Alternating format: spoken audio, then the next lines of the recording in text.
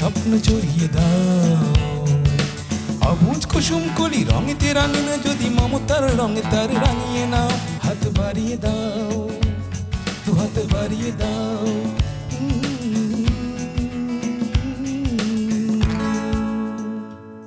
সুপ্রিয় দর্শক, আমন্ত্রণ জানাচ্ছি অটিজম এবং অন্যান্য প্রতিবন্ধিতা নিয়ে RTV নিয়মিত আয়োজন বার্জার পেইন্টস হাত বাড়িয়ে দিলাম অনুষ্ঠানে। আর আপনাদের সাথে আছি আমি সৈয়দা মুনিরা ইসলাম। দর্শক, প্রতিবন্ধী শিশু বা বিশেষ চাহিদা সম্পন্ন শিশুরা অন্য সাধারণ শিশুদের তুলনায় ভিন্ন ও সংবেদনশীল হওয়ায় তাদের লালন পালন যথেষ্ট কষ্টসাধ্য। বিশেষ চাহিদা সম্পন্ন শিশুদের বিশেষ চাহিদাগুলো পূরণ করতে গিয়ে মা বাবাকে নিত্য হিমশিম খেতে হয়। উদ্বেগ, উৎকণ্ঠা, দুশ্চিন্তা, হতাশা, বিষণ্ণতা এই পরিবারগুলোর জন্য নিত্যসঙ্গী। প্রতি মুহূর্তে অসংখ্য চ্যালেঞ্জ মোকাবেলা করে এই পরিবারগুলোর এগিয়ে চলা। আর এই বিশেষ পথ চলতে গিয়ে সকল প্রতিবন্ধী শিশু এবং তাদের পরিবারগুলোকে যে নেতিবাচক কথাটি শুনতে হয় সেটি হলো প্রতিবন্ধী সন্তানটি মা বাবার পাপের ফল। আসলে কি তাই? এই বিষয়ে ইসলাম কি বলে সেটা সম্পর্কে জানবো। পাশাপাশি বর্তমান তরুণ প্রজন্ম যে স্বপ্ন নিয়ে নতুন বাংলাদেশ গড়তে এগিয়ে চলেছে, প্রতিবন্ধী জনগোষ্ঠীদের নিয়ে তাদের ভাবনা কি? নতুন বাংলাদেশ গড়তে এই প্রতিবন্ধী জনগোষ্ঠীকে অংশীজন করতে তাদের কি পরিকল্পনা রয়েছে, সেই বিষয়গুলো নিয়ে আলোচনা করব আমাদের আজকের আয়োজনে। আমাদের আজকের আয়োজনে আলোচনার জন্য স্টুডিওতে উপস্থিত আছেন সাদিকুর রহমান আজহারি, খতিব, মগবাজার রেলগেট, দিলু ব্যাপারী ওয়াকফ স্টেট মসজিদ। আসসালামু আলাইকুম ওয়া রাহমাতুল্লাহি ওয়া বারাকাতুহু। আরও উপস্থিত আছেন নাভিদ নওরোজ শাহ, যুগ্ম মুখ্য সমন্বয়ক, জাতীয় নাগরিক পার্টি। আসসালামু আলাইকুম। দর্শক, চলে যাচ্ছি মূল আয়োজনে। সাদিকুর রহমান আজহারি, প্রথমে আপনাকে জানতে চাই প্রতিবন্ধিতা নিয়ে ইসলামে আসলে কি বলা হয়েছে? আলহামদুলিল্লাহি রাব্বিল আলামিন ওয়াসসালাতু ওয়াসসালামু আলা রাসূলিহিল আমিন ওয়া আলা আলিহি ওয়া সাহবিহি আজমাইন, আম্মা বা'দ। ইসলামে এই বাচ্চাদেরকে আতফালুল মুআওয়াকিন বলা হয়েছে, যারা চাইল্ড উইথ স্পেশাল নিডস অথবা আমরা যাদেরকে প্রতিবন্ধী বাচ্চা বলে থাকি, স্পেশাল চাইল্ড বলে থাকি। নবীজি সাল্লাল্লাহু আলাইহি ওয়াসাল্লাম এদেরকে খুব আদর করতেন, ভালোবাসতেন এবং তাদের অধিকারের কথা ইসলাম বলেছে। আজাবান লি আমরিল মুমিন ইন্না আমরাহু কুল্লাহু খায়র। রাসূল বলেছেন যে মুমিনের বিষয়টা প্রত্যেকটা আশ্চর্যজনক। কারো যদি এমন কোনো বাচ্চা হয় যে বাচ্চাটা হয়তো অন্য সব বাচ্চার মতো না, একটু আলাদা, সমাজের এই বঞ্চিত শ্রেণীর সাথে আপনি যখন একটু সুন্দর আচরণ করবেন, তারাও বেড়ে উঠবে সুন্দর ভালোবাসা নিয়ে। এই ভালোবাসাটা এতটা জরুরি হবে, আল্লাহ তাআলা এদের দ্বারাই আপনার রিজিককে বাড়িয়ে দিবেন। কারণ আমরা যে রিজিক পেয়ে থাকি, সমস্ত রিজিকগুলো আসে আমাদের দুর্বলদেরকে দিয়ে। যখন আপনি দেখবেন একটা পরিবারে বাবা মা বৃদ্ধ হয়ে যায়, সন্তানদেরকে আল্লাহ তাআলা রিজিকের ব্যবস্থা করে দেয়। আবার সেই রিজিকের ক্ষেত্রে আপনার যদি কোনো একটা সন্তান একটু দুর্বল হয়, অসুস্থ হয়, এদেরকে দিয়েই কিন্তু আল্লাহ তাআলা রিজিক দিয়ে থাকে। এটা আল্লাহ তাআলা বিভিন্নভাবে আপনাকে নেয়ামত দেওয়ার জন্য দিয়ে থাকতে পারেন। যত রকমের ডিসাবিলিটি আছে, যে কোনো ডিসাবিলিটিতে যদি আপনি একটু সবর করতে পারেন, তাহলে আপনি ব্যক্তি হিসাবে, পিতামাতা হিসাবে আপনার গুনাহগুলো মাফ হবে এবং এটার দ্বারা আল্লাহ তাআলা রিজিকও দান করবেন। তাহলে এটাকে অভিশাপ মনে করার কোনো সুযোগ ইসলামে নেই এবং এটা বলারও কোনো সুযোগ নেই যে পিতামাতার কোনো অন্যায়ের কারণে এমন সন্তান হয়েছে। কাদারাম মাকদুরা, আল্লাহ তাআলা যেটা যেভাবে ফয়সালা করেছেন, আল্লাহ তাআলা সেভাবেই সন্তানকে পৃথিবীতে পাঠিয়েছেন, তার রিজিক তাকে দিয়েছেন এবং তাকে দিয়ে আল্লাহ তাআলা বরং আপনাকে রিজিক দান করেছেন। এবং এই জাতীয় বাচ্চাদেরকে শরীয়তের দৃষ্টিতে এদেরকে অত্যন্ত সম্মানের জায়গায় রাখা হয়েছে। রুফি আল কালাম আনি সালাসা, আল্লাহ তাআলা তিনজনের কাছ থেকে কলম উঠিয়ে নিয়েছেন, এদের কোনো হিসাব লেখা হয় না। এদের মধ্যে একজন হচ্ছে আনি সবি হাত্তা ইয়াবলুক, যারা বাচ্চা থাকে যতক্ষণ প্রাপ্তবয়স্ক না হয় কলমটা বন্ধ থাকে। আনি না ইমি হাত্তা স্তাইকাস, একটা মানুষ যতক্ষণ ঘুমন্ত থাকে, জাগ্রত হওয়ার আগ পর্যন্ত কলমটা বন্ধ থাকে। একটা মানুষ বিবেকবান যদি না হয়, তার বুদ্ধিটা যদি কাজ না করে, বুদ্ধি প্রতিবন্ধী হয়, তাহলে তার উপরে আল্লাহ তাআলা কলমটা বন্ধ রেখেছেন। তো তাদেরকে আমরা যদি খুব বকাঝকা করি, খুব শাসন করি, ইসলাম কিন্তু এমনটা আমাদেরকে শেখায় না। বরং তারা যেহেতু তাদের বিবেকটার মধ্যে আল্লাহ তাআলা কমতি দিয়েছেন, তারা বিরক্তটা বেশি করবে, তারা অন্যান্য বাচ্চার চাইতে একটু চটপটে হবে, হয়তো জিনিসপত্র নষ্ট করে ফেলছে, নানাভাবে আরেকজনকে একটু কষ্ট দিয়ে ফেলতে পারে, আপনার বাসার কোনো একটা ক্ষতি করে ফেলতে পারে। তাই বলে আপনি প্রতিবেশী, আপনিও যদি সবর করতে পারেন, তাদের এই যে তাদের সাথে একটু সুন্দর আচরণ করলেন, সহমর্মিতা দেখালেন, আপনি হয়তো নামাজি মানুষ, রোজাদার মানুষ। ইন্না মিন আবাররিল বীর আইয়ুদখিলা সুরুর ফি কলবি আহাদিকুম, সবচেয়ে বড় সওয়াবের কাজ হচ্ছে একজন মুমিনের মনে একটু আনন্দ প্রবেশ করিয়ে দেয়া। তার বাবা মাকে আপনি যদি ঘরের সামনে গিয়ে বলেন যে আপনার সন্তান এটা করে ফেললো, এই সন্তানকে কি আপনি দেখে রাখতে পারেন না, এই যে কথাটা আপনি বলছেন, বাবা মার মনে তো এমনি অনেক দুঃখ কষ্ট যে আমার এমন একটা সন্তান আছে, এর মধ্যে আপনি প্রতিনিয়ত এসে আপনি নালিশ করেন, আপনি যদি এখানে একটু সবর করেন, যে তারা তো প্রতিনিয়ত এই বাচ্চাকে নিয়ে সাফারার, বিভিন্নভাবে কষ্ট করছে, আপনি যদি একটু সবর করতে পারেন প্রতিবেশী হিসাবে, ওই দিনের নামাজ, রোজা, হজ, জাকাত এর চাইতেও এই কাজটা সওয়াবের কাজ হিসাবে গণ্য হতে পারে। অসংখ্য ধন্যবাদ আপনাকে। জাযাকাল্লাহু খায়রান। জনাব নাভিদ নওরোজ, প্রতিবন্ধী ব্যক্তিদের নিয়ে আপনি কাজ করেন, আপনার সেই কাজের অভিজ্ঞতার কথা জানতে চাচ্ছি। ব্যক্তিগত অভিজ্ঞতার দিক থেকে বলতে হলে আসলে প্রায় 12 বছর হলো আমি B-scan Bangladesh society for the change and advocacy Nexus প্রতিবন্ধী মানুষদের একটি সংগঠনের সাথে স্বেচ্ছাসেবী হিসেবে কাজ করছি। তো 2012 থেকে সেই শুরু, আর এখন হচ্ছে আমি সেখানে লিগ্যাল অ্যাডভাইজার হিসেবেও আছি, সেটাও প্রো বোনো করছি আমি। তো সেই অভিজ্ঞতা থেকে আসলে আমরা দেশে অনেকগুলো ইভেন্টস করেছি এবং আমরা অ্যাডভোকেসি করেছি সরকারের সাথে প্রতিবন্ধী মানুষের অধিকার রক্ষায়, যে আমাদের এক্সিস্টিং যেই লসগুলো ছিল এবং আমাদের যে সরকারের যে বাধ্যবাধকতাগুলো ছিল সেগুলো সরকার ঠিকভাবে করছে কিনা এগুলো নিয়ে আমরা বেশ কিছু কাজ করার চেষ্টা করেছি সরকারের সাথে। এছাড়াও সমাজের সচেতনতা তৈরিতে আমরা বেশ বড় ভূমিকা পালন করার চেষ্টা করেছি, কতটুকু পেরেছি জানি না। দু একটা জিনিস আসলে আমি একটু উল্লেখ করতে চাই, যেমন 2012 সালের মার্চে আমরা দেশের প্রথম হুইল চেয়ার র্যালি করেছিলাম। তো ওটা আমরা শহীদ মিনারে গিয়ে শেষ করেছিলাম, টিএসসি থেকে শুরু করে। তো ওটা বাংলাদেশে এর আগে কখনো এত হুইল চেয়ার একসাথে বের হয়নি।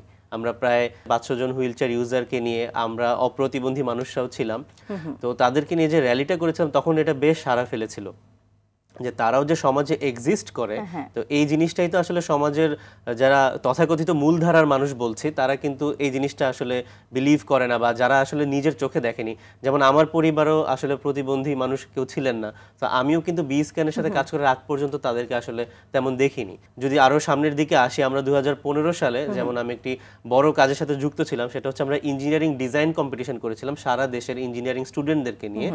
মূলত প্রতিবন্ধী মানুষের অ্যাক্সেসিবিলিটি এনশিওর করার জন্য আমরা পাবলিক বাসগুলোতে র্যাম্প কিভাবে ইমপ্লিমেন্ট করা যায় সেটা নিয়ে একটা ডিজাইন কম্পিটিশন করেছিলাম। সেই ডিজাইন নিয়ে আমরা সরকারের সাথে অনেক দেন দরবার করেছি। আসলে সেটাও বাস্তবতার মুখ দেখেনি, কিন্তু আমরা আমাদের দিক থেকে চেষ্টা করেছি।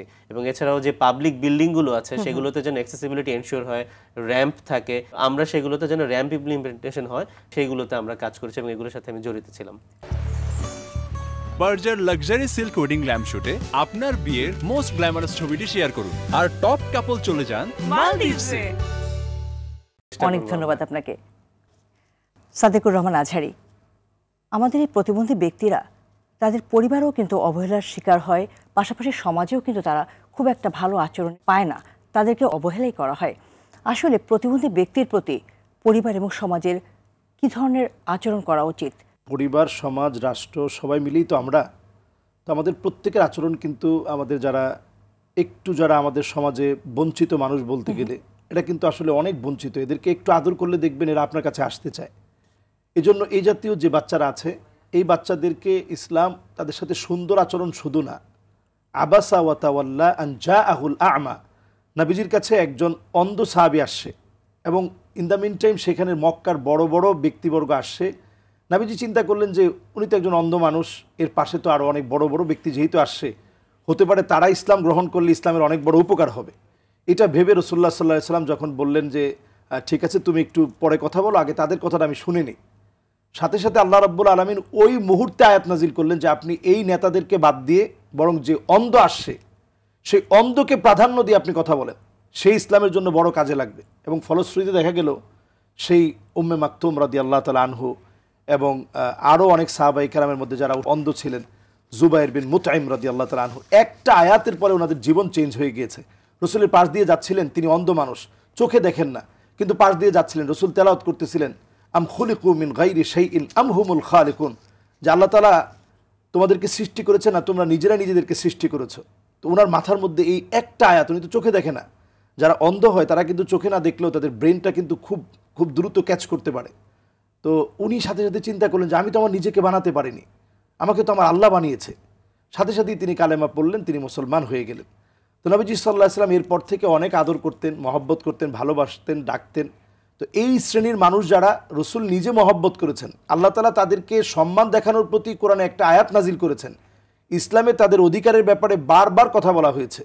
এই বঞ্চিত মানুষের সঙ্গে যদি আমরা এমন আচরণ করি যেটা তাদের পিতামাতাদেরকে কষ্ট দেয়, অথবা ওই বাচ্চাটা সে হয়তো বলতে পারছে না কিন্তু সে কষ্ট পাচ্ছে, তার তো একটা মন আছে। কারণ আল্লাহ তাআলা প্রত্যেকটা মানুষকে সৃষ্টি করেছেন, মানুষের ন্যূনতম একটা আকল কিন্তু থাকে, যত ডিজাবেল হোক তার কিন্তু ন্যূনতম একটা আকল থাকে।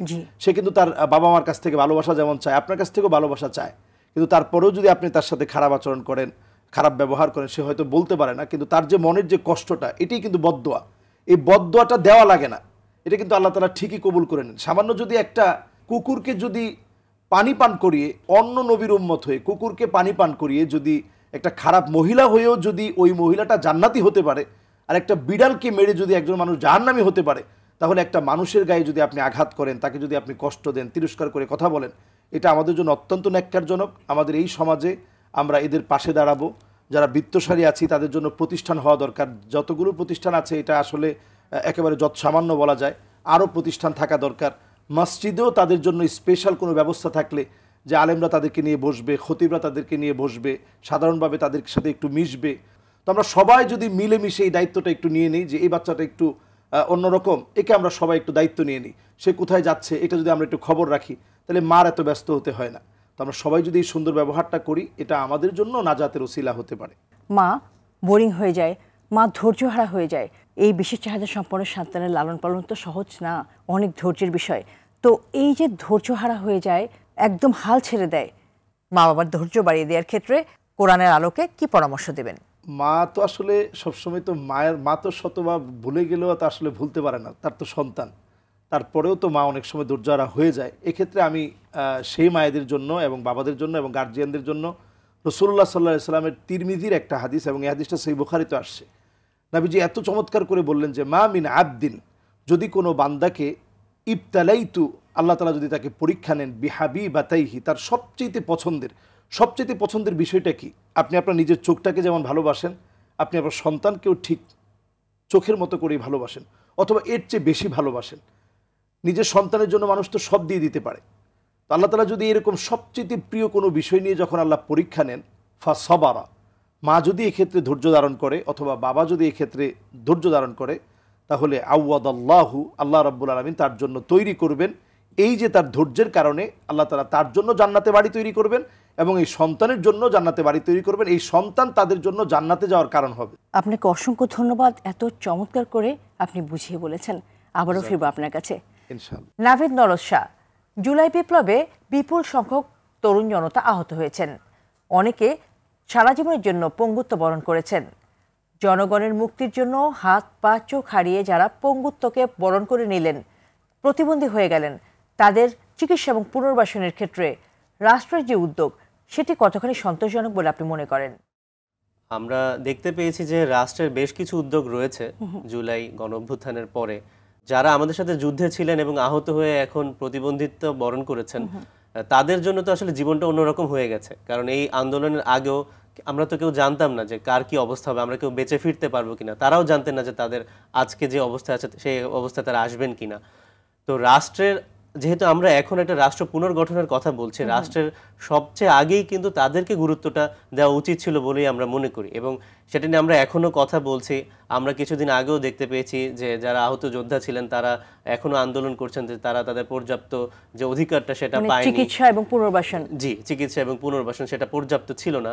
রাষ্ট্র অনেক কিছু করেছে না যে সেটা আমরা অবশ্যই বলবো না, রাষ্ট্র চেষ্টা করছে এবং অনেককে বিদেশেও পাঠিয়েছে উন্নত চিকিৎসার জন্য।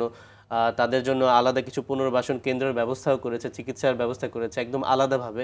কিন্তু আসলে এটার ব্যাপ্তি এত বেশি ছিল, প্রায় কয়েক হাজার মানুষের কথা কিন্তু আমরা বলছি, এবং সেটা তো যতটুকু দৃশ্যমান সেটা আমরা দেখতে পাচ্ছি। বা যারা এসেছেন অনেকেই আছেন বাসায়, এবং অনেকে আমাদের পরিচিত মধ্যেও অনেকে আছেন যারা এখনো গায়ে গুলি নিয়ে ঘুরে বেড়াচ্ছেন, যারা এখনো ঠিকভাবে হাঁটতে পারছে না। তো এরকম কিন্তু অনেকেই আছে যারা হয়তো চিকিৎসাতে নিতেও আসেনি। তো সেখানে আমাদের একটা দীর্ঘমেয়াদী চিন্তা করতে হবে যে হ্যাঁ, চিকিৎসার ব্যবস্থা হচ্ছে, যে তাদেরকে এককালীন একটা টাকা দিয়ে দিল রাষ্ট্র, এটাই কিন্তু এখানে শেষ না।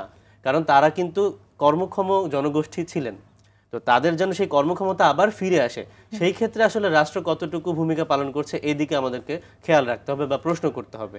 এবং প্রতিবন্ধিতা তো আসলে একরকমই হয় না, কারো হয়তো হাত চলে গেছে, কারো অন্য কোনো শরীরের অঙ্গের ক্ষতি হয়েছে। প্রত্যেকটা মানুষের প্রয়োজন অনুযায়ী তাকে যেন আবার দক্ষ জনগোষ্ঠী হিসেবে গড়ে তোলা যায়, আমি বলবো রাষ্ট্রের সেই ক্ষেত্রে একটা দৃষ্টি দেওয়া উচিত। অসংখ্য ধন্যবাদ। দর্শক, অটিজম এবং অন্যান্য প্রতিবন্ধিতা নিয়ে আরটিভির নিয়মিত আয়োজন বার্জার পেইন্টস হাত বাড়িয়ে দিলাম অনুষ্ঠানের এই পর্যায়ে নিয়ে নিচ্ছি ছোট্ট একটি বিরতি। ফিরবো কিছুক্ষণের মধ্যেই, আমাদের সঙ্গেই থাকুন।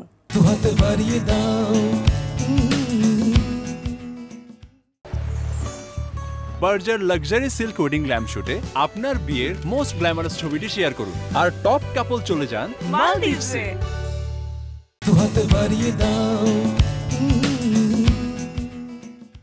দর্শক, বিরতি শেষে আবারও আপনাদের সবাইকে আমন্ত্রণ জানাচ্ছি অটিজম এবং অন্যান্য প্রতিবন্ধিতা নিয়ে আরটিভি নিয়মিত আয়োজন বার্জার পেইন্টস হাত বাড়িয়ে দিলাম অনুষ্ঠানে।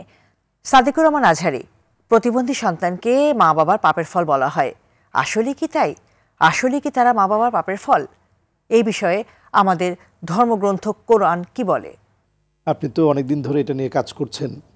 আপনি দেখবেন অনেক দিনদার নেককার ভালো ফ্যামিলি হতে পারে, আমার মতো হয়তো তিনি আলেমও হয়েছেন, এমন পরিবারেও এমন কোনো সন্তান থাকতে পারে, হতে পারে। তো এটা আসলে কোনোভাবে এটা মনে করা যে তাদের কোনো গুনাহের কারণে এটা হয়েছে, অন্যায়ের কারণে হয়েছে, বিষয়টা একেবারেই এভাবে চিন্তা করার কোনো সুযোগ নেই। এবং এটা একটা, আমি মনে করব এটা একটা কুসংস্কার, এবং এই কুসংস্কারের সাথে ইসলামের কোনো সম্পর্ক নেই। ইসলামের বক্তব্য একেবারে স্পষ্ট, এটা একটা আল্লাহ তাআলার পরীক্ষা। এই পরীক্ষা আল্লাহ তাআলা যাকে ইচ্ছা নেন, এবং পরীক্ষা নিলেই যে মানুষটা খারাপ হয়ে গেল আদৌ কিন্তু মোটেও বিষয়টা এমন না।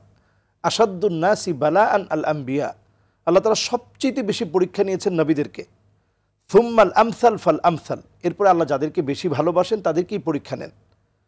হতে পারে বরং এমন একটা বাচ্চা দিয়ে আল্লাহ তাআলা আপনার জীবনের অনেক গুনাহ ছিল, সেই গুনাহ মুছে দেওয়ার একটা সুযোগ করে দিয়েছেন এই বাচ্চাটাকে দিয়ে। আপনার জীবনের অনেক অন্যায় ছিল, সেই অন্যায়গুলো মুছে দেওয়ার জন্য আল্লাহ তাআলা এমন একটা বাচ্চা দিয়েছে যে এই বাচ্চাকে আপনি টেক কেয়ার করবেন। আল্লাহ তাআলা হয়তো এই উসিলায় আপনাকে মাফ করে দিবেন। আল্লাহ তাআলা রিজিকের মাধ্যম হিসেবে হয়তো আপনাকে এই সন্তান দিয়েছে। আমরা যদি বিষয়টা এইভাবে চিন্তা করি তাহলে এই বাচ্চাগুলো আমাদের সমাজে বঞ্চিত হবে না। আমার পরিচিত এমন অনেক ব্যক্তি আছে, বিশেষ করে এমন একজনকে আমি চিনি, অনেক টাকার মালিক, অনেক ভালো আছেন। তো আমি ওনাকে প্রায় সময় বলি যে আপনি তো খুব ভালো আছেন। তো উনি সবসময় বলে যে আলহামদুলিল্লাহ আমি খুব ভালো আছি, আমার এই সন্তানটার জন্য আমি ভালো আছি। তো তার এই সন্তানটা সবসময় তার বাবার কাছে সব সময় টাকা থাকে, আর তার সন্তানটা সবসময় একটা কাগজ হাতে নিয়ে রাখে। আমি বলি যে আপনার বাচ্চাটা সবসময় কাগজ হাতে নিয়ে রাখে এবং সবসময় কাগজটা সে দেখতে থাকে। তো সে বলে যখন সে কাগজটা দেখতে থাকে আল্লাহ তাআলা আমাকে টাকা দিয়ে থাকে। ও যত কাগজটা নিয়ে নাড়াচাড়া করে আল্লাহ তত বেশি আমাকে টাকা দেয়। তো আমরা যদি বিষয়টা এইভাবে চিন্তা করি যে না, আমার এই বাচ্চাটা আমার জন্য অভিশাপ না, বরং এই বাচ্চাটা আমার জন্য একটা দোয়া, এই বাচ্চাটার কারণে আল্লাহ তাআলা হয়তো অনেক বিপদ থেকে আল্লাহ আমাকে হেফাজত করেছে, এটা যদি আমরা এইভাবে চিন্তা করি তাহলে বাবা মাও এটা স্যাটিসফাইড হবে, প্রাউড ফিল করবে যে না আল্লাহ তাআলা আমাকে দিয়েছে, এটা আমি ধৈর্য ধারণ করি।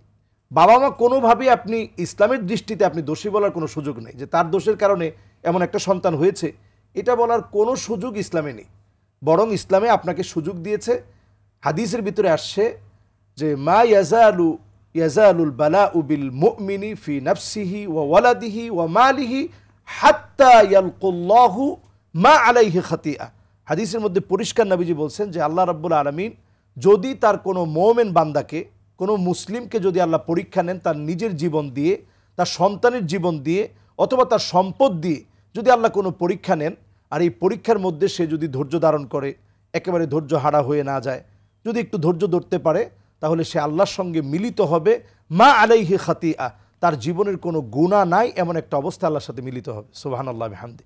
সুতরাং আপনি যদি আপনার এই সন্তানদেরকে আপনি একটু আদর করেন, এবং আমি আমার ভাইদেরকে বলবো, দর্শকদেরকে বলবো যারা আপনারা দেখছেন, আপনারাও যদি একটু সুন্দর আচরণ করেন, এটা আমাদের প্রত্যেকের জন্য এই রমাদান মাসে আমাদের প্রত্যেকের জন্য এটা হতে পারে রমাদানের একটা বিশেষ ট্রেনিং। 720 ঘন্টার যে ট্রেনিং সেন্টারে আমরা ট্রেনিং বিল্ড আপ করি, শুধুমাত্র আমরা নামাজ রোজা পড়লাম এটাই শুধু ট্রেনিং না। এই মাসটার নাম শাহরুল মুআসাত, এটা সহমর্মিতার মাস। এ মাস মানুষের প্রতি সহমর্মিতা শেখায় যে একজন মানুষের সাথে আমি কীভাবে সুন্দর আচরণ করব। সুতরাং কথা দিয়ে অথবা কাউকে দুঃখ দিয়ে, যেটা তার বিভিন্ন খারাপ কাজের ফসল, এই জাতীয় কথা বলে আমরা তাদেরকে কষ্ট দিব না। নিশ্চয়ই আল্লাহ তাআলা আমাদেরকে, আমাদের এই জাতীয় সন্তান যাদেরকে দিয়েছেন, এগুলো যেন আল্লাহ তাআলা সবরের কারণ বানিয়ে আমাদের নাজাতের উসিলা বানিয়ে দেয়, এবং তাদেরকেও যেন আল্লাহ তাআলা সুস্থ রাখে। আমরা আজকের এই প্রোগ্রাম থেকে তাদের জন্য দোয়া করছি। অসংখ্য ধন্যবাদ আপনাকে। নাভেদ নরদ শাহ, প্রতিবন্ধী জনগোষ্ঠীর ক্ষমতায়নের জন্য রাজনৈতিক এবং অর্থনৈতিক অন্তর্ভুক্তি প্রয়োজন, এ ব্যাপারে কি ভাবছে জাতীয় নাগরিক পার্টি?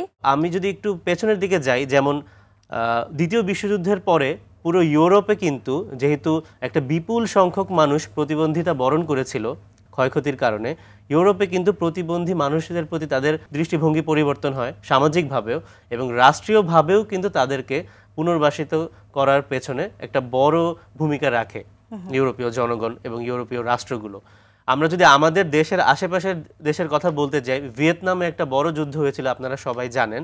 ভিয়েতনাম যুদ্ধের পরেও কিন্তু তাদের দেশে এই প্রতিবন্ধী মানুষের জন্য বিপুল পরিমাণ উদ্যোগ নেওয়া হয়। যুদ্ধে যারা অংশ নিয়েছিল তাদেরকে জাতীয় বীর হিসেবে গণ্য করা হয়। যখন আমাদের দেশের জাতীয় বীররা প্রতিবন্ধী মানুষ, তাদের জন্য করাটা রাষ্ট্রের একদম প্রাইম রেসপন্সিবিলিটি। সেদিক থেকে কিন্তু একটা ওভারঅল চেঞ্জ আসে প্রতিবন্ধী মানুষের অধিকার নিশ্চিত করার ক্ষেত্রে।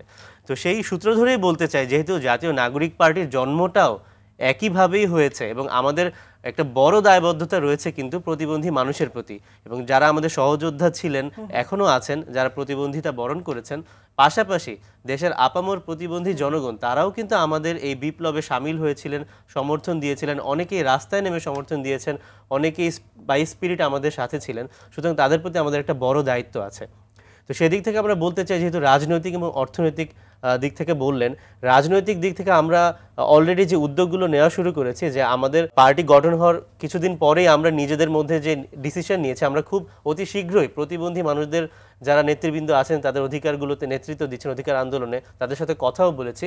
আমরা অতি শীঘ্রই প্রতিবন্ধী মানুষদের নেতৃত্বেই আমাদের জাতীয় নাগরিক পার্টির অঙ্গ সংগঠন হোক বা সহযোগী সংগঠন হোক, একটি সংগঠন আমরা গঠন করতে চাই, যারা সরাসরি শুধু প্রতিবন্ধী মানুষের অধিকারের পক্ষেই কথা বলবে না, যারা আমাদের রাজনৈতিক পলিসি মেকিংয়েও অবদান রাখবে। এবং অর্থনৈতিক ক্ষমতায়নের কথা যদি বলতে চাই, খুব শীঘ্রই আমাদের যুব নাগরিক পার্টি, আমাদের এর নামটা এখন আমরা ঠিক করিনি, বা জাতীয় নাগরিক পার্টির যুব উইংটা আমরা আত্মপ্রকাশ করতে যাচ্ছি। সেখানেও কিন্তু আমরা আমাদের আলোচনা করেছি যে স্কিল ডেভেলপমেন্টের দিকে আমরা বিশেষ নজর রাখবো। সারা দেশের যেই প্রতিবন্ধী যুবক যুবতীরা আছেন, এটা কিন্তু অসীম সম্ভাবনাময় একটা খাত, এবং তাদেরকে কর্মক্ষম করে তোলা কিন্তু আমাদের অর্থনীতিতে একটা গুরুত্বপূর্ণ ভূমিকা পালন করবে। তো আমরা আমাদের রাজনৈতিক দলের পক্ষ থেকেও এই ক্ষেত্রে ভূমিকা রাখতে চাই। প্রতিবন্ধী মানেই কিন্তু প্রতিভাবন্ধী নয়, তাদেরও সক্ষমতার জায়গা আছে, তাদেরও প্রতিভা আছে, মেধা আছে, কিন্তু পরিচর্যার দরকার, কিছু ক্ষেত্রে আমাদের চেয়ে বেশি আছে, সেটা আমাদেরকে বের করে আনতে হবে বা তাদেরকে সেই পর্যাপ্ত সুযোগটা দিতে হবে। এবং তারা যদি সত্যি সেই সুযোগটা পায়, সেই কর্মপরিবেশে তৈরি করে দেওয়া যায়, তারা এই দেশ গড়ায়, সমাজ গড়ায় রাখতে পারে অনবদ্য অবদান। তাদের সেই ভূমিকাটা অসাধারণ হবে। সুপ্রিয় দর্শক, অটিজম এবং অন্যান্য প্রতিবন্ধিতা নিয়ে RTV নিয়মিত আয়োজন বার্জার পেইন্টস হাত বাড়িয়ে দিলাম অনুষ্ঠানের এই পর্যায়ে নিয়ে নিচ্ছি আরও একটি ছোট্ট বিরতি। ফিরবো কিছুক্ষণের মধ্যেই, আমাদের সঙ্গেই থাকুন।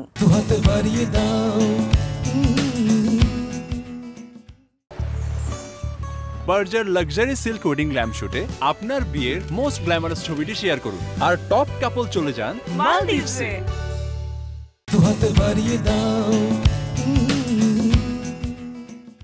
সুপ্রিয় দর্শক, বিরতি শেষে আবারও আমন্ত্রণ জানাচ্ছি অটিজম এবং অন্যান্য প্রতিবন্ধিতা নিয়ে RTV নিয়মিত আয়োজন বার্জার পেইন্টস হাত বাড়িয়ে দিলাম অনুষ্ঠানে।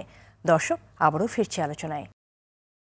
সাদিকুর রহমান আজহারী, সন্তান প্রতিবন্ধী এই বিষয়টা মেনে নেওয়ার ক্ষেত্রে মা বাবাই আসলে বিশাল সমস্যায় পড়ে যান, মানতেই পারেন না, এবং অনেক ক্ষেত্রে দেখা যায় সন্তান প্রতিবন্ধী হয়েছে এই দায়টা মায়ের উপর চাপিয়ে দিয়ে বাবারা সাধারণত এমনও করে থাকেন যে সন্তান এবং তার স্ত্রীকে ছেড়ে চলে যান, ত্যাগ করেন। সেক্ষেত্রে আসলে আমাদের ইসলাম কি বলে? আসলে এই প্রশ্নটা অনেক কঠিন প্রশ্ন। সত্যি আসলে এমন যদি কোনো বাবা করে থাকেন, সেই মা কিভাবে মেনে নিবে? একে তো তার মনে কত কষ্ট যে তার সন্তানটা অন্য 8-10টা সন্তানের মতো না, একটু ভিন্ন রকম। এর মধ্যে বাবা সেও যদি রেখে চলে যায়, তখন তো আসলে তাদের করার কিছু থাকে না, আর সমাজ থেকেও তারা বঞ্চিত হয়ে পড়ে। আমি এমন একটা অনুষ্ঠান দেখছিলাম, আরব দেশের কোনো একটা প্রতিবন্ধী বাচ্চার সাথে তার বাবার করা আচরণ নিয়ে, এবং সেটা অনেক ভাইরাল হয়েছিল। এবং সেই সন্তানকে বারবার যখন বলা হচ্ছিল যে এই যে তুমি যে প্রতিবন্ধী, তুমি তো অন্ধ, এখন যদি বলা হয় তোমাকে আল্লাহর কাছে চাও, তাহলে তুমি কি চাবে? সে কিন্তু নিজের চোখটা চায় না, সে চেয়েছে যে আমার পরিবার সবাই এক থাকুক, আমাকে নিয়ে যে দুঃখ কষ্টটা আছে এটা যেন মুছে যায়, অন্তত আমার মা বাবা এক হয়ে যাক। শুধু আমার এই অন্ধত্বের কারণে আমার মা বাবা পৃথক হয়ে গেছে, যে আমি অন্ধ এটা আমার বাবা মেনে নিতে পারেনি। তো এই যেটা আপনি বললেন, এই হুবহু এই বিষয়টা কিন্তু আমরা বিভিন্ন দেশেও দেখি, শুধু বাংলাদেশে না, ওয়ার্ল্ডের বিভিন্ন দেশেও এই বৈষম্যটা রয়েছে, যে সন্তানদেরকে প্রতিবন্ধী হওয়ার কারণে বাবা ছেড়ে চলে যাচ্ছে, মা তো আর ছেড়ে কোথাও যেতে পারে না, মা তো এই সন্তানকে রাখতেই হয়। অনেক সময় মাও আর টিকতে পারে না, এই যে সমাজের চারপাশের কথাগুলো মাকেও একেবারে কান ভারী করে তোলে, মনটা একবারে বিষাক্ত হয়ে যায় যে এই সন্তান আর আমার প্রয়োজন নেই। তো সেই মা বাবাকে লক্ষ্য করে বলি যে আপনি এই যে সন্তানের উপরে আপনি যা করবেন, যদি আপনি অন্যায় করে থাকেন, আপনি কিন্তু জুলুম করলেন এবং জালেমদেরকে আল্লাহ তাআলা ছেড়ে দিবেন না। দুনিয়ার জীবনে আপনাকে আল্লাহ তাআলা শাস্তি দিবেন এবং আখিরাতে তো শাস্তি আছেই। ইয়াকুম ওয়াজ-যুলম ফাইন্না যুলমা যুলুমাতুন ইয়াউমাল কিয়ামা। এই বাচ্চাটা কিন্তু একেবারে ছোট বাচ্চাদের মতো, প্রতিবন্ধী একটা বাচ্চা, সে কিন্তু বড় হওয়ার পরেও ছোট বাচ্চার মতো। তাকে যদি আপনি ফেলে রেখে চলে যান, তার অধিকার ঠিক না করেন, তার যদি আপনি ভালো করে পরিচর্যা না নেন, তাহলে কিন্তু আপনি আল্লাহর কাঠগড়ায় আপনাকে দাঁড়াতে হবে। দুনিয়ার জীবনেও এর খেসারত আপনার আসবেই আসবে, কারণ এটা আপনি জুলুম করেছেন। এবং হাদিসের মধ্যে আসছে জুলুমটা অন্ধকার, এটা আপনি যেখানেই করেন আল্লাহ তাআলা আপনাকে শাস্তি দিবেন। ওয়ালা তারকানু ইলাল্লাযীনা যালামু ফাতামাসসাকুমুন নার। কোরআনুল কারীমের এই আয়াত নাজিল হওয়ার পরে নবীজির চুল পেকে গেছে, মানে এই আয়াতের বক্তব্যটা কত ভয়াবহ। আল্লাহ তাআলা বলতেছেন যে জালেমদের সহযোগী হইও না, জালেমদের পাশে গিয়েও দাঁড়িও না, জালেমদেরকে সহযোগিতা করার মনোভাবও তোমরা রেখো না। আমরা আমাদের সমাজে দেখি অনেক সময় চাচারাও বলতে থাকে অথবা মামারাও বলতে থাকে যে এই সন্তানরে আর দরকার নেই, এই সন্তান অনেকটা ডিজাবেল হয়ে গেছে, এই সন্তান থেকে বরং মুখ ফিরে নিয়ে তোমাদের ভালো হবে। এবং অনেক সময় পেটের মধ্যেই আমরা যখন জানি যে এই সন্তানটা এমন হতে পারে, এই সন্তানদেরকে আমরা মেরে ফেলি। এটা কিন্তু একটা প্রাণকে হত্যা করা। লা তাকতুলু আওলাদাকুম, কোরআন বলছে খবরদার তোমরা তোমাদের সন্তানদেরকে হত্যা করো না। তাহলে সন্তানদেরকে হত্যার শামিল এই কাজটা, যে কাজটা আমরা করে থাকি। তাদেরকে যদি আপনি কোথাও ফেলে রেখে চলে আসেন যে তাদের কাছ থেকে দায় মুক্তি করবেন, আপনি তাদের কাছ থেকে মুখ ফিরিয়ে নিলেন, আল্লাহ কিন্তু আপনার কাছ থেকে মুখ ফিরিয়ে নিতে একটা মুহূর্ত সময় লাগবে না। এজন্য এই সন্তানদেরকে আমি আমাদের পরিবারের অংশ মনে করি এবং মনে করতে হবে যে এ আমার সমাজের এবং আমার পরিবারের জন্য বরকত। যারা একটু অন্যরকম ছিল ওনাদেরকে দিয়েও ইসলামের বড় ধরনের উপকার আসছে, এমনকি জিহাদের ময়দানে। আপনি চিন্তা করতে পারেন আমাদের বাংলাদেশের এই জুলাইয়ের গণ অভ্যুত্থানেও কিন্তু আমাদের এমন অনেক ছেলেরা কিন্তু হুইল চেয়ার নিয়ে কিন্তু গিয়েছে, সেই দৃষ্টান্ত কিন্তু আমরা এখন ছবির মাধ্যমে দেখছি। অথচ নবীজি সাল্লাল্লাহু আলাইহি সাল্লামের সেই জামানায় অন্ধ সাহাবী জিহাদের ময়দানে গিয়েছে এবং তীর খেয়েছে, জিহাদের ময়দানে গিয়ে ছুরির আঘাত খেয়েছে। তাহলে তাদের যে দরদটা, তাদের যে বুদ্ধিভিত্তিক যে জায়গাটা, এটা কিন্তু আমাদের চাইতে কোনো অংশে কম না, বরং তাদেরকে এগিয়ে নেওয়াটা এটা পিতামাতা হিসাবে দায়িত্ব। বরং বাবাকে বলবো যে আপনি সবর করেন, ধৈর্য ধারণ করেন, আপনি আপনার স্ত্রীর সাথে সুন্দর আচরণ করেন, এই সন্তানের সাথে সুন্দর আচরণ করেন। আপনার দুনিয়ার জীবনে আপনাকে আল্লাহ তাআলা যেভাবে সফলতা দান করবেন, আখিরাতের সফলতাও এই প্রতিবন্ধী বাচ্চাটার মধ্যে আল্লাহ তাআলা নিহিত রেখেছেন। নানাভাবে আসলে এই প্রতিবন্ধী ব্যক্তি এবং তাদের পরিবারকে লাঞ্ছিত হতে হচ্ছে, বঞ্চিত হতে হচ্ছে, গঞ্জনার শিকার হতে হচ্ছে। এই যে দৃষ্টিভঙ্গি, এই দৃষ্টিভঙ্গি পাল্টাতে আমাদের আলেম সমাজ আসলে কি ভূমিকা রাখতে পারে? এটা যদি ছোটবেলা থেকে আমরা আমাদের শিক্ষা প্রতিষ্ঠান সহ সব জায়গায় সচেতনতা বৃদ্ধি করি, আলেমরাও যদি আলোচনা এই বিষয়গুলো তুলে আনি, আমাদের অনেক লেকচার হয়, মসজিদের জুমার খুতবা হয়, একটা জুমার খুতবায় যদি আমরা সচেতনতামূলক এই ধরনের একটা কথা যদি আমরা বলি, আজকে যেভাবে টেলিভিশনে আমরা বলছি, আমাদের কিন্তু এই RTVতে অনেকগুলো আলোচনা যাচ্ছে রমাদান কেন্দ্রিক, সকল আলোচনায় যদি আমরা এমন কোনো বিষয় যদি নিয়ে আসি যে আসলে প্রতিবন্ধীদের সাথে ইসলামের কি কি হক রয়েছে, বাবা মা হিসেবে পিতামাতার কি কি অধিকার রয়েছে, সন্তান হিসেবে তারা কি কি অধিকার আমাদের কাছ থেকে প্রাপ্য, এই বিষয়গুলো নিয়ে যদি আমরা একটু সচেতনতা বৃদ্ধি করি, জুমার দিন কিন্তু সবাই মসজিদে যায়, তো এইখানে যদি আমরা কথাগুলো একটু বলি, তাহলে মানুষ অন্তত এই মেসেজটুকু নিয়ে যাবে এবং যারা পিতামাতা ঢুকরে কাঁদছিল তারা অন্তত সান্ত্বনার একটা বাণী পাবে যে ইসলামের জায়গা থেকে তো আল্লাহ তাআলা আমাকে কোনোভাবে ছোট করেনি, আমাকে অন্য অনেক মানুষ হয়তো দুঃখ দিচ্ছে, কিন্তু আল্লাহ তাআলা এই সবরের কারণে তো আমাকে অনেক কিছু দিতে পারে। এই সন্তান আমার অভিশাপ না, বরং সে আমার ঘরের বরকত, সে আমার রিজিকের মাধ্যম, তার কারণে আল্লাহ তাআলা বরং আমাকে রিজিক দিচ্ছে। এই কথাগুলো ধর্মীয়ভাবে সেমিনার করেও যদি আমরা বলতে পারি, এটার উপরে সেমিনার হতে পারে, এটার উপরে জুমার আলোচনা হতে পারে, টেলিভিশনে আমরা সচেতনতা বৃদ্ধি করতে পারি এবং জনমানুষের কাছে এই সচেতনতা আমরা পৌঁছে দিতে পারি। এমনকি আমরা এই ধরনের বাচ্চাদেরকে নিয়ে আপার এই কার্যক্রম কিন্তু আজকে 357 পর্বে উপনীত হয়েছে। আমরা এটা অনেক প্রাউড ফিল করি।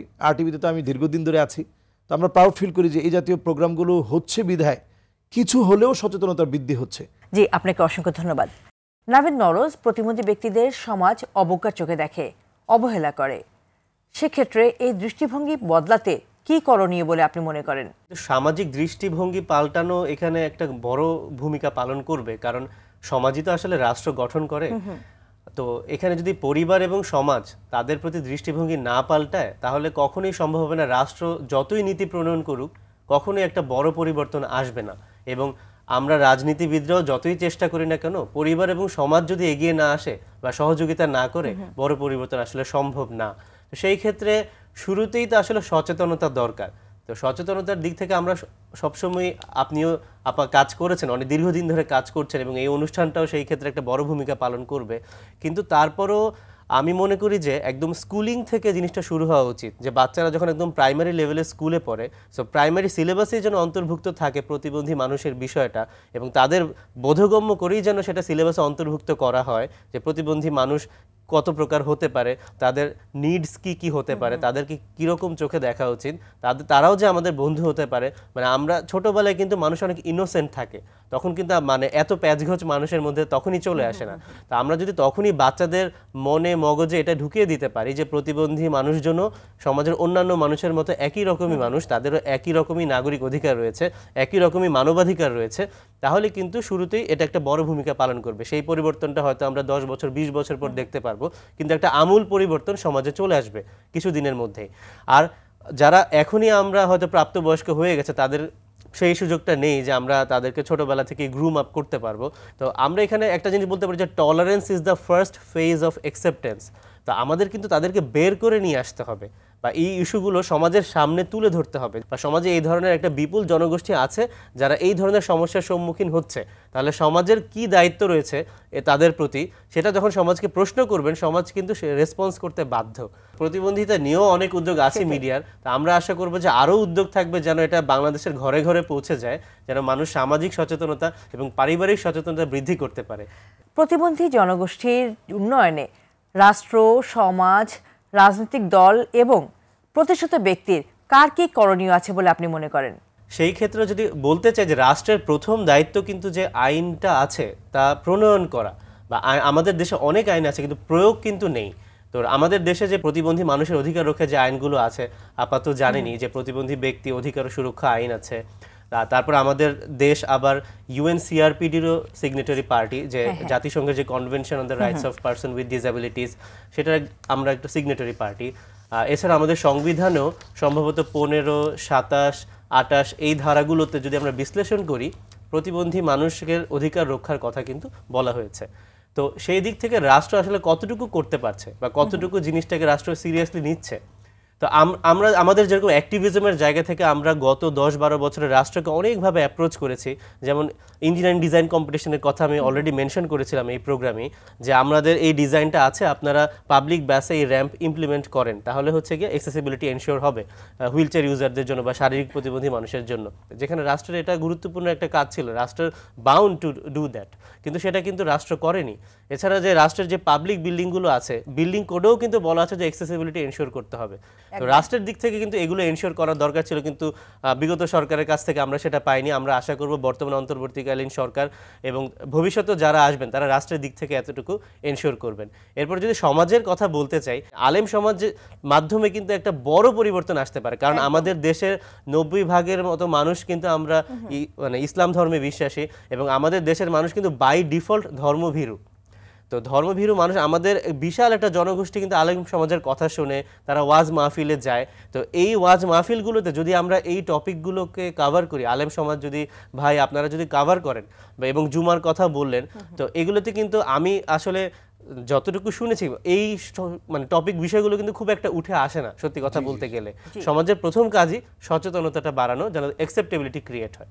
আর তারপরে যদি আসি আমরা রাজনৈতিক দলগুলোর কথা বলেন, আমাদের প্রথম কাজই তো আসলে ভয়েস রেইজ করা, এবং তারপরে যখন সংসদে যদি আমাদের প্রতিনিধিরা যায় তখন আইন প্রণয়নে সহযোগিতা করা। তো সেই ক্ষেত্রে আমরা সবসময় যেহেতু বলেছি যে আমাদের দলের অন্তত এক লাইনেও যদি ভিশনটা বলতে চাই যে ফ্যাসিবাদী ব্যবস্থার বিলোপ এবং নতুন রাজনৈতিক বন্দোবস্ত, এবং আমরা এই দেশে রাজনীতি করতে এসেছি একটি বৈষম্যবিহীন সমাজ বিনির্মাণ করবো এই প্রতিশ্রুতি নিয়ে। সামনে যে নির্বাচন আসবে, ইস্তেহারে যেন এই বিষয়গুলোতে একটা গুরুত্বপূর্ণ জায়গা রেখে দেয় যে প্রতিবন্ধী মানুষের জীবন উন্নয়নে তারা কি ভূমিকা পালন করবে আগামীর বাংলাদেশে।